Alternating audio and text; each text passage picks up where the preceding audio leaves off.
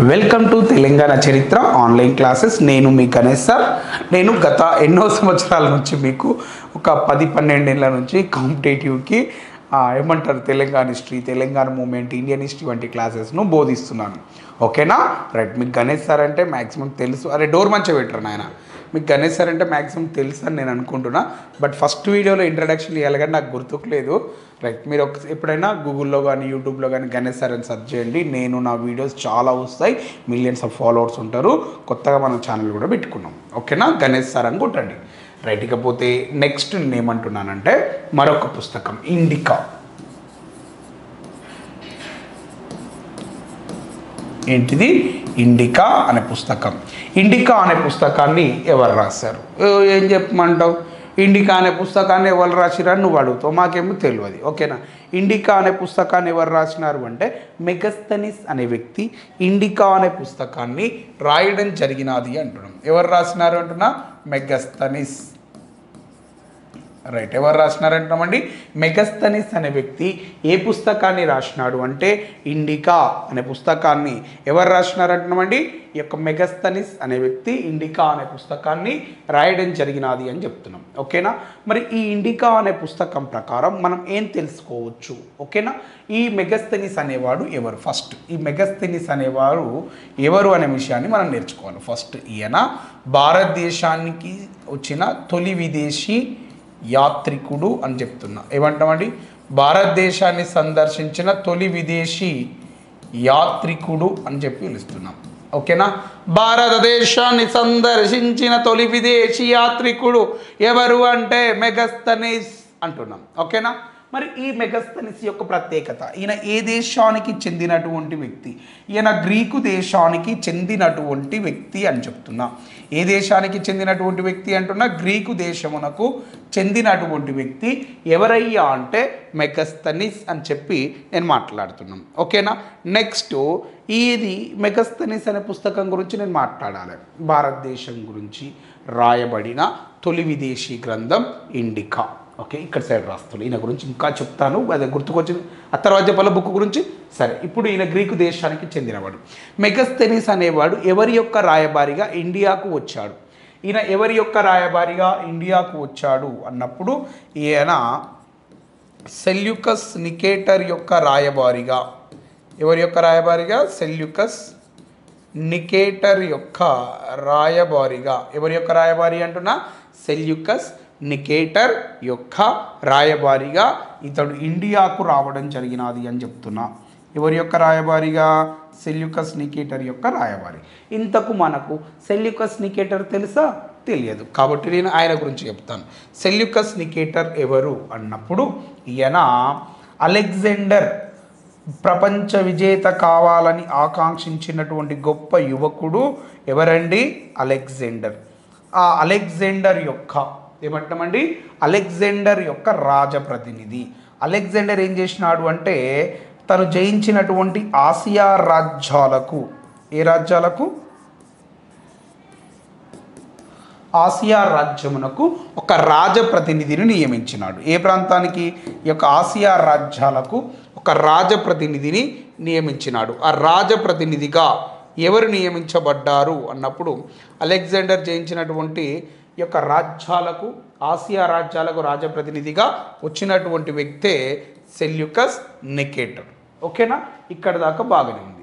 అయితే Seleucus Nicator మీద ఎవరు దాడి చేశారు అంటే నేను ఇక్కడ మెగస్తనీస్ అనేవాడు ఎందుకు ఇండియాకు వచ్చిండు అనే ముచ్చట్లను నేను తెలుపుతున్నా. ఏమంటామండి? మెగస్తనీస్ అనేవాడు ఎందుకు ఇండియాకు వచ్చిండు అనే ముచ్చట్లు నేను చెప్తున్నా. అది నేర్చుకోవాలి ఫస్ట్. మెగస్తనీస్ అనేవాడు ఎందుకు ఇండియాకు వచ్చిండు అంటే ఇప్పుడు నేను ఇక్కడ ఎవరి గురించి చెప్తున్నా?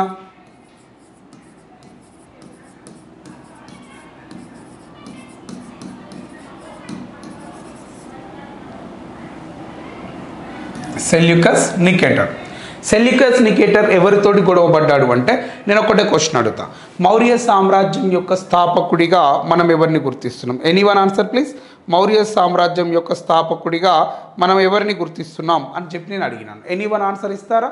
మౌర్య సామ్రాజ్యం యొక్క స్థాపకుడిగా మనం ఎవరిని గుర్తిస్తున్నాము అంటే చంద్రగుప్త మౌర్యుడిని మౌర్య సామ్రాజ్యం యొక్క స్థాపకుడు అని చెప్పి నేను మాట్లాడుతున్నా. ఎవరిని అంటున్నా?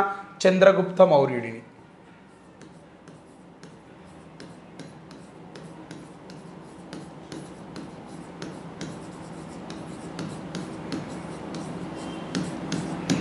ఏం పేరు సార్? చంద్రగుప్త మౌర్యుడు. ఏ సామ్రాజ్యానికి చెందినవాడు అంటున్నా? రైట్, చంద్రగుప్త మౌర్యుడు అనేవాడు ఎవరు అంటే ఈ యొక్క మౌర్య సామ్రాజ్యం యొక్క స్థాపకుడు అని చెప్పి నేను పిలుస్తూ ఉన్నాము అంటున్నాం. ఓకేనా? రైట్.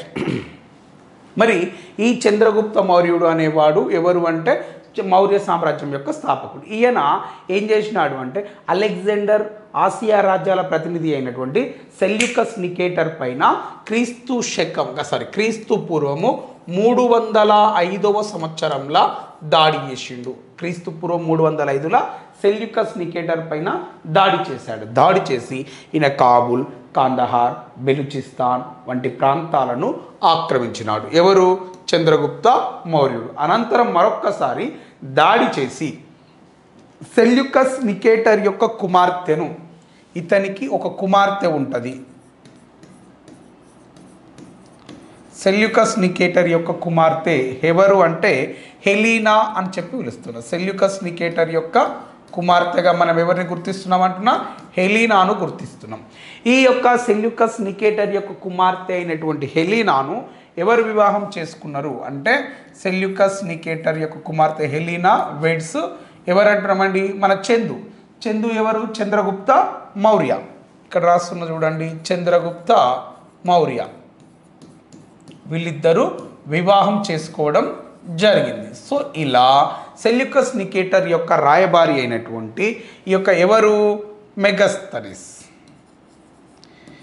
ఇట్లాంటి సమయంలో మెగస్తనిస్ ఏం చేసినాడు అంటే ఈ యొక్క సెల్యూకస్ నికేటర్ ఏం చేసినాడు అంటే తన కుమార్తె యొక్క యోగక్షేమాలను తెలుసుకొని రావాలి అని చెప్పి విజ్ఞప్తి చేస్తూ ఈ యొక్క గ్రీకు దేశానికి చెందినటువంటి మెగస్తనిస్ అనే వ్యక్తిని ఈ దేశానికి పంపించినాడు అంటే ఇక్కడ ఈ దేశం మన ఇండియాకు పంపించడం జరిగింది. ఇలా ఈయన భారతదేశానికి పర్యటనకు రావడం జరిగింది. ఎక్కడికి వచ్చినాడు అంటున్నా? భారతదేశ పర్యటనకు రావడం జరిగినది అని చెప్తున్నాం. ఎవరు వచ్చినారు భారతదేశ పర్యటనకు? మెగస్తనిస్ అనేవాడు భారతదేశ పర్యటనకు వచ్చినాడు. అలా మెగస్తనిస్ అనేవాడు భారతదేశానికి వచ్చినప్పుడు భారతదేశాన్ని ఎవరు పరిపాలిస్తున్నారు అంటే మౌర్య సామ్రాజ్యం అనేది పరిపాలించడం జరుగుతుంది. మరి ఈ మౌర్య సామ్రాజ్యం ఇండియాను రూల్ చేస్తుంది కదా, మరి మౌర్యుల యొక్క సామంతులు ఎవరు అని చెప్పి నేను అడుగుతున్నాను. రైట్, ఇక్కడ నేను ఏమంటున్నా? మౌర్యుల యొక్క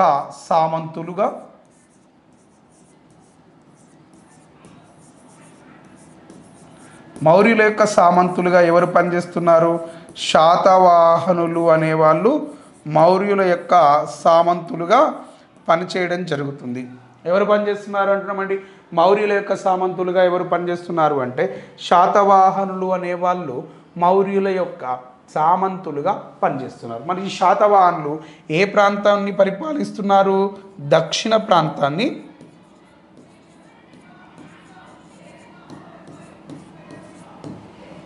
దక్షిణ భాగాన్ని పరిపాలిస్తున్నారు అంటున్నాం. ఇప్పుడు మనోళ్ళు ఏం చేసినారు అంటే ఈ మెగస్తనిస్ అనేవాడు ఉత్తర ప్రాంతం నుంచి ఇలా దక్షిణ ప్రాంతానికి కూడా ఈ యొక్క పర్యటించడం జరిగింది. ఇప్పుడు ఈ దక్షిణ ప్రాంతాన్ని ఎవరు పరిపాలిస్తున్నారు?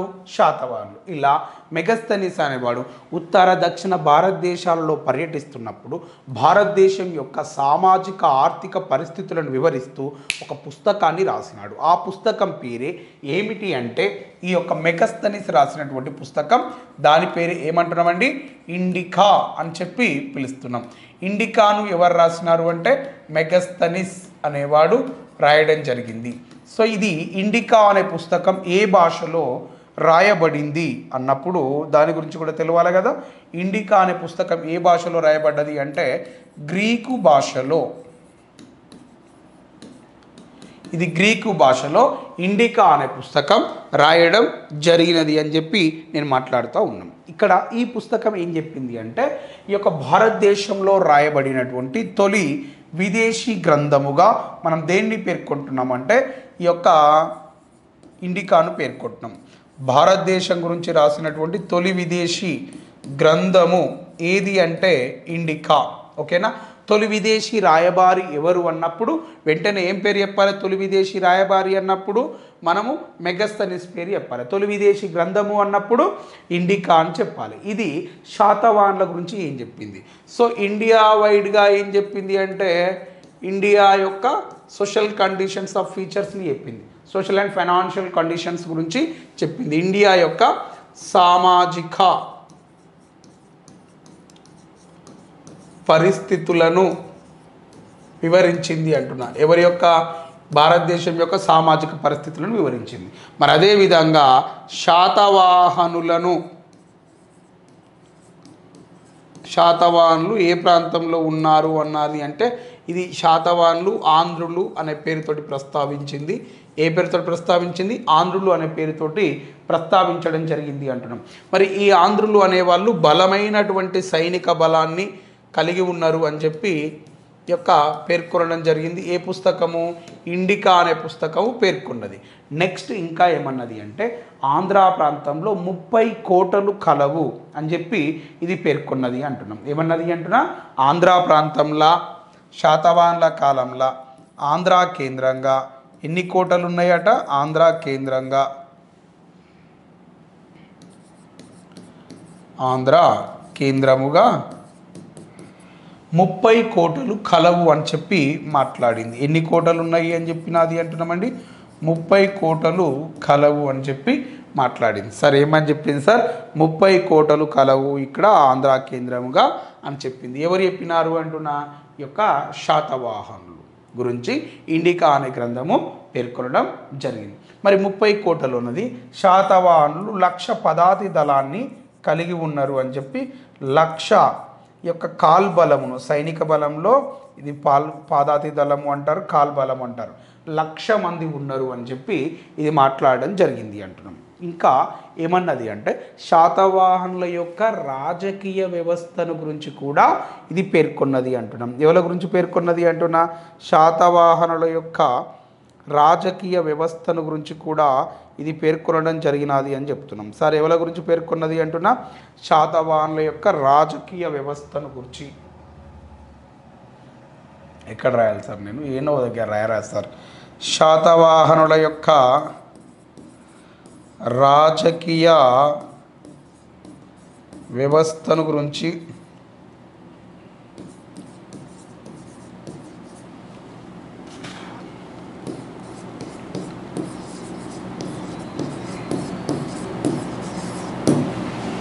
శాతవాహనుల యొక్క రాజకీయ వ్యవస్థను గురించి కూడా ఇది పేర్కొనడం జరిగినది అని చెప్పి నేను మాట్లాడుతున్నా. ఎవరు పేర్కొన్నారు అంటున్నా శాతవాహనుల యొక్క రాజకీయ వ్యవస్థను గురించి?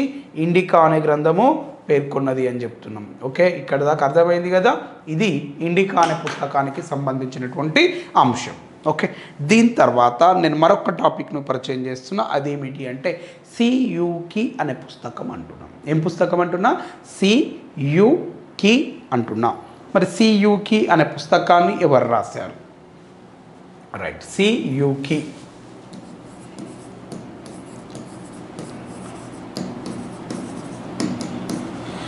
రైట్ సియుకి అని చెప్పి పిలుస్తున్నా. దీన్ని ఎవరు రాసినారు సియుకి అనే పుస్తకాన్ని అంటే హుయాత్ సాంగ్ అనే వ్యక్తి సియుకి అనే పుస్తకాన్ని రాయడం జరిగినది అంటున్నా. సార్ ఎవరు రాసినారు అంటున్నామండి? హుయాత్ సాంగ్. సార్ ఎవరు రాసినారు అంటున్నామండి? హుయాత్ సాంగ్ అనే వ్యక్తి సియుకి అనే పుస్తకాన్ని రాయడం జరిగినది అంటున్నా. హుయాత్ సాంగ్ అంటే ఎవరు? ఈయన చైనా దేశానికి చెందినటువంటి యాత్రికుడు అంటున్నా. ఏ దేశానికి చెందిన యాత్రికుడు అంటున్నా? చైనా దేశానికి చెందినటువంటి యాత్రికుడు. ఎవరు అంటున్నా? సియుకిని రాసినటువంటి హుయాత్ సాంగ్. ఈయన ఏ సంవత్సరంలో భారతదేశానికి వచ్చినాడు అంటే ఈయన 624 సంవత్సరం, క్రీస్తు శకం 624 సంవత్సరంలో ఈయన భారతదేశమును సందర్శించాడు. దేన్ని సందర్శించినాడు అంటున్నా? భారతదేశంను సందర్శన చేశారు. ఎవరు? ఈ యొక్క హుయాత్ సాంగ్ అనే వ్యక్తి. మరి ఈయన భారతదేశానికి వచ్చినప్పుడు భారతదేశాన్ని ఎవరు పరిపాలిస్తున్నారు అంటే హర్షవర్ధనుడు అనేవాడు పరిపాలిస్తున్నాడు. ఎవరు పరిపాలిస్తున్నారు? హర్షవర్ధనుడు. ఇంతకు హర్షవర్ధనుడు ఏ రాజ్యానికి చెందినవాడు అంటే ఈయన పుష్యభూతి రాజ్యానికి లేదా వంశానికి చెందినవాడు అంటున్నా. ఈయన ఏ వంశానికి చెందినవాడు అంటున్నా? పుష్యభూతి అనే వంశమునకు చెందినవాడు అని చెప్తున్నాం సార్. ఏమంటున్నాం సార్? ఈయన పుష్యభూతి అనే వంశమునకు చెందినవాడు అని చెప్తున్నా. ఎవరు? హర్షవర్ధనుడు అనేవాడు. ఈయన ఏ ప్రాంతాన్ని రాజధానిగా చేసుకొని పరిపాలించిండు?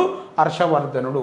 అంటే ఈ పుష్యభూతి రాజ్యానికి రాజధానిగా దేన్ని చేసుకున్నాడు అంటే మొదట్లో స్థానేశ్వర్ అనే ప్రాంతాన్ని, దీన్నే తానేశ్వర్ అని చెప్పి కూడా పిలుస్తారు, తానేశ్వర్. తర్వాత దీన్ని అంటే కనౌజ్ అనే ప్రాంతాన్ని రాజధానిగా చేసుకొని పరిపాలన చేసినాడు. ఎవరు? హర్షవర్ధనుడు అనేవాడు. ఏ ప్రాంతాన్ని రాజధానిగా చేసుకొని పరిపాలన చేసినాడు అంటున్నా? యొక్క స్థానేశ్వర్ లేదా కనౌజ్ అనే ప్రాంతాలను రాజధానిగా చేసుకొని ఈయన పరిపాలించడం జరిగింది అని చెప్తున్నా. ఎవరు పరిపాలించినారు అంటున్నామండి? ఈ పెద్ద మనిషి ఎవరు? హుయాసాంగ్ అనే అంటే సారీ యొక్క హర్షవర్ధనుడు అనే వ్యక్తి. ఈ హర్షవర్ధనుడు భారతదేశాన్ని పరిపాలిస్తున్నటువంటి సమయంలోనే ఈ యొక్క ఎవరు? హుయాసాంగ్ అనే వ్యక్తి భారతదేశాన్ని సందర్శించాడు. అలా సందర్శించినటువంటి ఈ పెద్ద మనిషి ఈయన భారతదేశం యొక్క స్థితిగతులను వివరిస్తూ ఒక పుస్తకాన్ని రాయడం జరిగినది. భారతదేశం యొక్క స్థితిగతులను వివరిస్తూ ఇతడు ఒక పుస్తకాన్ని రాసినాడు. దాని పేరే ఏం పేరు అంటున్నామండి? సియుకి అని చెప్పి పిలుస్తున్నాము. ఓకేనా? ఏమని పిలుస్తున్నాం అంటున్నామండి? సియుకి అని చెప్పి పిలుస్తున్నాం. సియుకి అనే పుస్తకాన్ని ఇతడు ఎప్పుడు రాసినాడు? హుయాసాంగ్ గారు సియుకి అనే పుస్తకాన్ని ఎప్పుడు రాసినాడు అంటే 629వ సంవత్సరంలో, క్రీస్తు శకం 629వ సంవత్సరంలో ఈయన ఈ పుస్తకమును రాసినాడు అని చెప్తున్నా. సారు ఎవరు రాసినారు? ఈ యొక్క హుయాసాంగ్ అనేవాడు సియుకి అనే పుస్తకాన్ని 629వ సంవత్సరంలో రాయడం జరిగింది అని చెప్తున్నాం. ఓకేనా? ఇప్పుడు హుయాసాంగ్ను ఏమని పిలుస్తారు అంటే ఇతడిని 7వ శతాబ్దపు యాత్రికుల రారాజు అని చెప్పి పిలుస్తారు. కింగ్ ఆఫ్ ఫారెన్ ట్రావెలర్ అని చెప్పి పిలుస్తారు. ఏమంటారండి? ఈ యొక్క హుయాసాంగ్ యొక్క బిరుదు ఏమిటి అంటే కింగ్ ఆఫ్ ఫారెన్ ట్రావెలర్ అంటున్నా. ఎవరిని కింగ్ ఆఫ్ ఫారెన్ ట్రావెలర్ అంటున్నా? హుయాసాంగ్ గారిని. ఏమని పిలుస్తున్నాం సార్? ఈ యొక్క 7వ శతాబ్దానికి చెందిన, ఏమంటున్నామండి? 7వ శతాబ్దమునకు చెందిన విదేశీ యాత్రికుల రారాజు అని చెప్పి పిలుస్తారు. ఏమంటున్నాం సార్? యాత్రికుల రాజు అంటున్నాం. ఏమంటున్నాం సార్? యాత్రికుల రారాజు అని చెప్పి పిలుస్తున్నాం. ఎవరిని? హుయాసాంగ్ గారిని. ఇప్పుడు సియుకి అనే పుస్తకం ఏ సంవత్సరంలో రాసినారు అంటే 629వ సంవత్సరంలో సియుకి అనే పుస్తకాన్ని రాయడం జరిగింది. ఇప్పుడు నేనేమంటున్నానంటే ఈ సియుకి అనే పుస్తకం దేని గురించి తెలియజేస్తుంది? అరే సియుకి అనే పుస్తకానికి గల మరొక పేరు ఏమిటి అంటే సియుకి అనే పుస్తకానికి గల మరొక పేరు ఏమిటి అంటే బుద్ధిస్ట్ రికార్డ్ అని చెప్పి పిలుస్తున్నాం. సియుకి అనే పుస్తకానికి గల మరొక పేరు, దీనికి గల మరొక పేరు ఏమిటి? మరి రవి చెప్తాడు, మీరు వినండి. చెప్పరా రవి?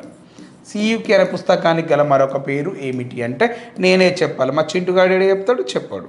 రైట్ రవి, ఏమంటున్నామంటే ఈ యొక్క బుద్ధిస్ట్ రికార్డ్ అని చెప్పి పిలుస్తున్నాం. దీనికి గల మరొక పేరు ఏమంటున్నామండి?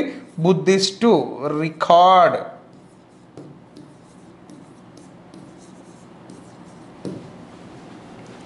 ఏమంటామంటే సియుకి గల మరొక పేరు బుద్ధిస్ట్ రికార్డ్స్ అని చెప్పి పిలుస్తున్నాం. సారు దేన్ని బుద్ధిస్ట్ రికార్డ్ అని చెప్పి పిలుస్తున్నాం?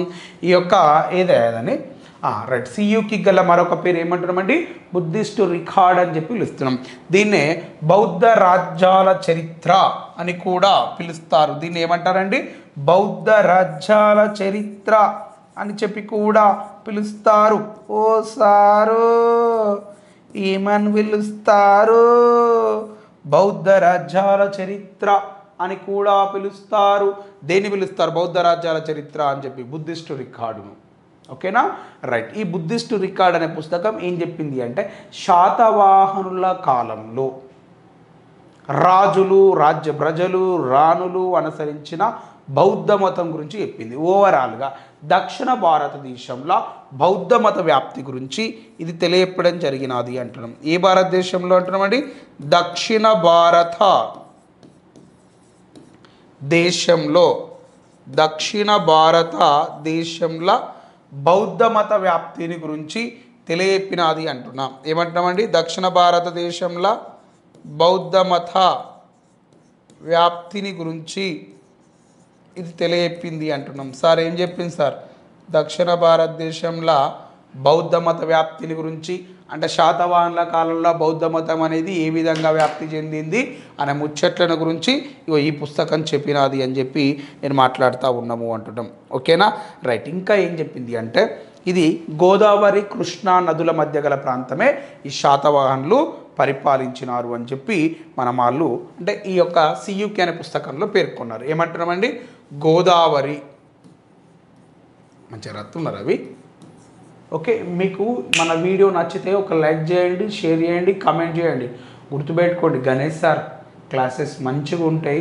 మీ జీవితంలో మార్పు ఇక్కడ నుంచే మొదలవుతుంది. మా క్లాస్ ఎప్పుడైతే వినడం ప్రారంభిస్తారో అప్పుడే మీ జీవితం మారడం ప్రారంభమవుతుంది. ప్రభుత్వ ఉద్యోగం సాధించాలని ఉందనుకోండి, గణేష్ సార్ క్లాస్ తప్పకుండా వినాలి. ఓకేనా? ఎన్నో వేల మంది మన క్లాసెస్ విని గవర్నమెంట్ ఉద్యోగాన్ని కొట్టిరు. కావాలంటే అడగండి. మీరు యూనిఫామ్ వేసుకున్న ప్రతి వ్యక్తిని అడగండి, పోలీస్ యూనిఫామ్ వేసుకున్న ప్రతి వ్యక్తిని అడగండి, గణేష్ సార్ మీకు తెలుసా అని. 100% తెలిసి ఉంటుంది. అంత మంచి కంటెంట్ను గత 10 సంవత్సరాల నుంచి మనం ఇస్తూ ఉన్నాం, ఆఫ్లైన్ ప్లస్ ఆన్లైన్. ఇప్పుడు గోదావరి. ఓకేనా? తప్పకుండా మన వీడియోకి లైక్ చేయండి.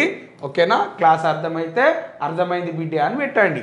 కృష్ణా గోదావరి నదుల మధ్య గల ప్రాంతం, ఈ తీర ప్రాంతాలు ఏమన్నాడు అంటే ఇదే ఆంధ్ర ప్రాంతం అని చెప్పి పేర్కొన్నాడు. ఎవరు? ఈ యొక్క వ్యాసంగ్ అనే వ్యక్తి. ఈ గోదావరి కృష్ణా నదుల మధ్య గల ప్రాంతం ఆంధ్ర ప్రాంతం అన్నాడు కదా, దీన్ని ఆయన ఏమన్నాడు అంటే అంతుబొలి అని చెప్పి పేర్కొన్నాడు. ఏమన్నాడండి? దీన్ని అంతుబోలి అని చెప్పి పేర్కొన్నాడు. మంచిగా రాయవా, నువ్వు ఎట్లా పడితే అట్లా రాస్తే మేము ఎట్లా చదువుతాంవా? ఓకే, అంతుబోలి అని చెప్పి పిలుస్తున్నాం. దేన్ని అంతుబోలి అని పిలుస్తున్నామండి? ఆంధ్ర ప్రాంతాన్ని మనం అంతుబోలి అని చెప్పి పిలుస్తాం. అర్థమైంది కదా?